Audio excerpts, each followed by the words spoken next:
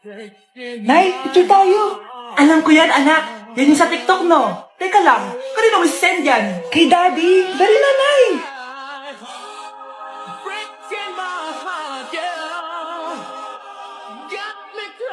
1, 2, 3. Nay, di mo naman kailangan magganyan. Siyempre, sa daddy mo yan eh.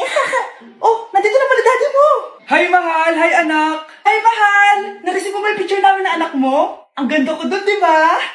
Anong picture? Wala ko natanggap, mahal. Wala ka natanggap? Anak, akala ko isisend mo sa daddy mo yung picture natin. Hindi naman kay daddy, Nay. Ha? Sinong daddy sirendan mo? Sa sugar daddy ko. Gusto ko lang maging malinaw sa inyo na dito sa klase ko, ako ang nasusunod. Naintindihan? Ma'am, ito po yung assignment ko.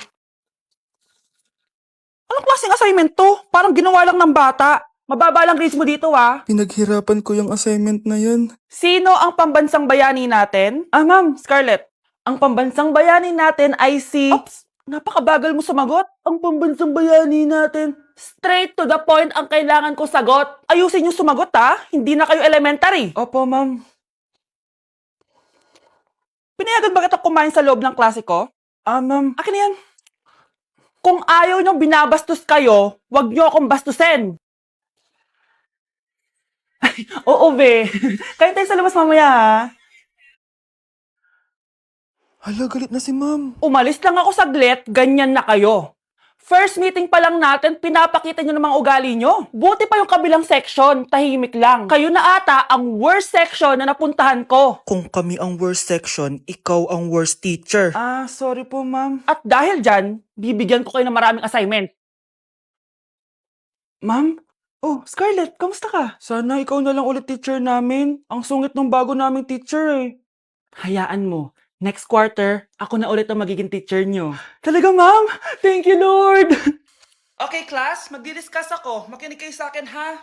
Oh, grabe. Ang ganda ko talaga. Masaya na naman siya, oh. Manda ka sa akin.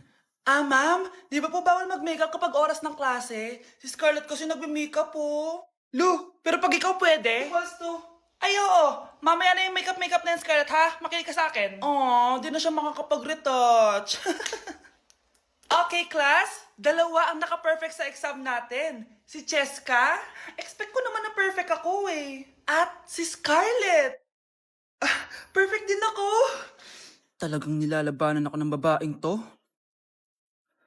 Patingin na test paper mo. Ma'am, di ba wrong spelling is wrong? Mali yung pneumonia niya, oh. Walang P sa una. Ha? Ay, oo nga. Kulang ng P. Hindi ka na perfect, Scarlett, ha? Ayan, ako na ulit ang highest dito sa klase. Kontrabida talaga tong si Samantha sa buhay ko. Bakit di nagre-reply yung jowa ko? Saan na ba yun? Tagal naman ni Scarlett. Saan na kaya yun? Hi, Miguel. Oh, Samantha, samahan mo naman ako sa kantin. Libre kita. Di pwede. Hinihintay ko yung jowa ko. Ha? Nasaan na ba yun? Yay! Sasamahan mo ako!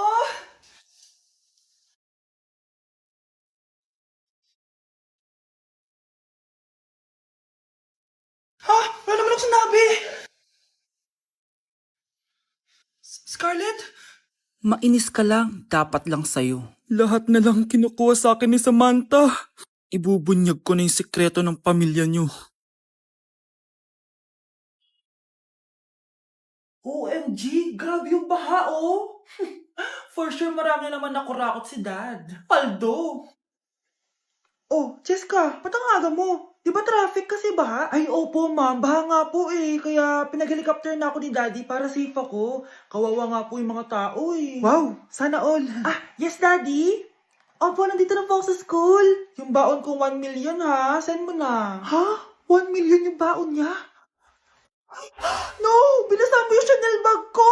Sorry, Cheska. Alam mo ba kung magkano to, ha? 600,000 to! Mas mahal pa to sa bahay nyo! Napakamahal naman yan. Whatever. Papabili na lang ulit ako. Salamat ka, mabait ako. Nahiya naman tong 300 peso na bag ko. Be, tara sa kantin. Nag-crave ako ng siomay tsaka ng kwek-kwek. Tara. Pwede bang sa Wolfgang na lang tayo mag-lunch? Hindi kasi ako sanay sa mumurahing pagkain. Be, anong kala mo sa akin? Anak ng CEO? Ano ba yan? Hindi ba kayo binibigyan ng allowance ng daddy nyo? Ako na nga lang. Hindi ka naman ganyan dati. Okay, class. Si Cheska na ang bago nating treasurer. Ma'am, huwag si Cheska. Kukurakutin niya lang yung class funds natin. Parang tatay niya. Flood control, ayaw. Gastos, gusto. Kaya mayaman si Cheska kasi korap ang pamilya niya. Ang laki ng tax na binabayaran ko. Sa Disney Princess pala natin napupunta lahat. Habang kami, binabaha na dito. Ikaw pa helicopter lang. Wow, napaka-lavish mo naman. Tsaka, pairam muna ako nito Chanel bag mo May ambag din ako dito, no? Hindi kami titigil hanggat walang nakukulong. Deserve yung magdusa. Si Mr. Alarcon lang ang nakakuha ng 98 sa exam. Oh, ano kayo yan? Mga bobo! Tapos kayong lahat perfect kayo. Yan, ang yabang kasi. Buti nga sa kanya. Mr. Alarcon, bakit may bulak ka sa tenga? Eh kasi naman ma'am, palagi niyo sinasabi sa akin na papasok dito tapos lalabas doon, kaya hinarangan ko na. 'Di ba? Aminin niyo ma'am, talino ko doon. Class, lagi niyong tatandaan na hindi pinaparusahan ng taong wala namang ginagawa. So ma'am, di niyo po ako paparusahan? Bakit, Mr. Alarcon? Eh kasi di ko po ginawa yung assignment eh. Psst, tali natin yung bag niya. Bilis! A few moments later. Unyes! Sino nagtal ng bag ko? Tubuan sana ng bake sa mukha yun. Ako na po ma'am. Kuya, galingan mo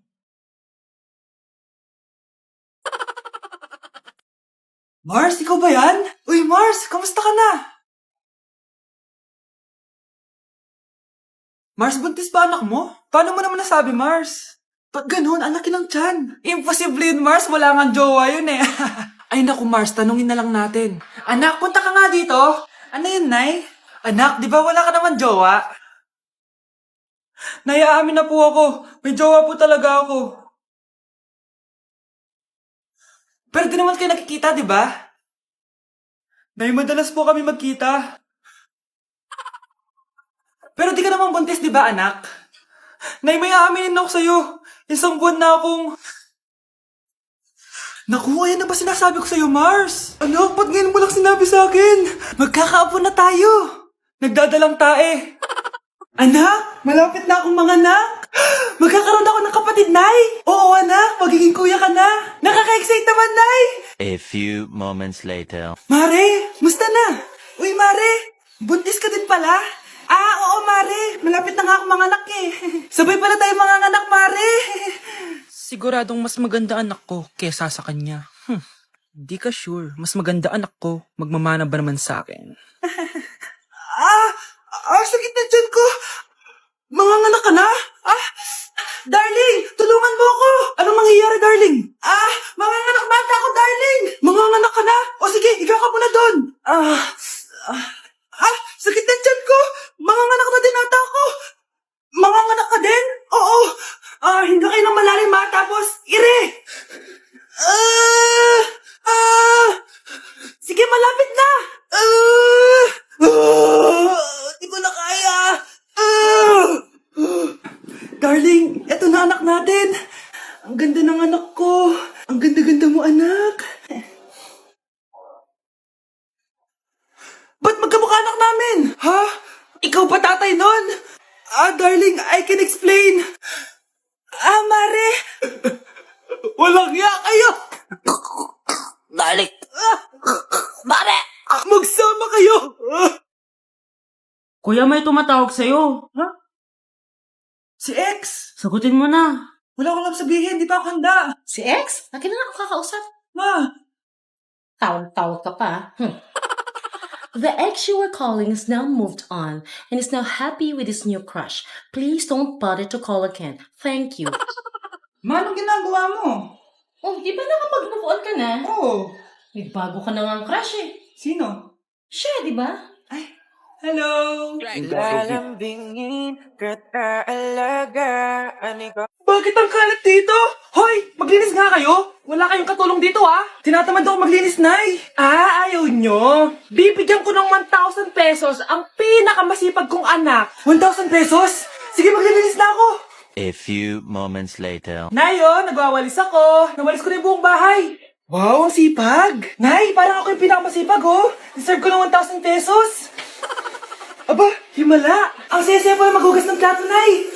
Nag-enjoy ako. Himala, ang sisipag nyo, Oh, Kyle, bakit wala kang ginagawa? Ayaw mo ba ng 1,000 pesos? Nay, ako po ang pinakamasipag sa kanila. Ha? Paano ka naging masipag? Eh, hindi ka naman naglilinis. Oo nga, Nay. Mas deserve namin yung 1,000 pesos. Araw-araw ako naglilinis ng buong bahay. Samantalang sila, walang ginagawa. May video ako dito, Nay. Gusto niyo pong makita? Totoo ba to? Nay, magpapaliwanag kami. Kyle, eto 1,000 para sa'yo. Thank you, Nay. Simula ngayon, kayo na ang maglilinis ng buong bahay.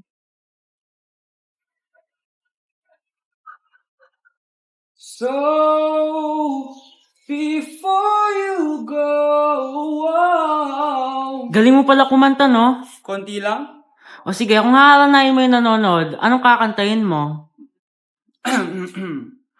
Uulit-ulitin ko sa'yo ang nadarama ng aking puso. Kinikilig na tayo nanonood eh. Talaga ba? Kinikilig ako kapag ika'y nakita.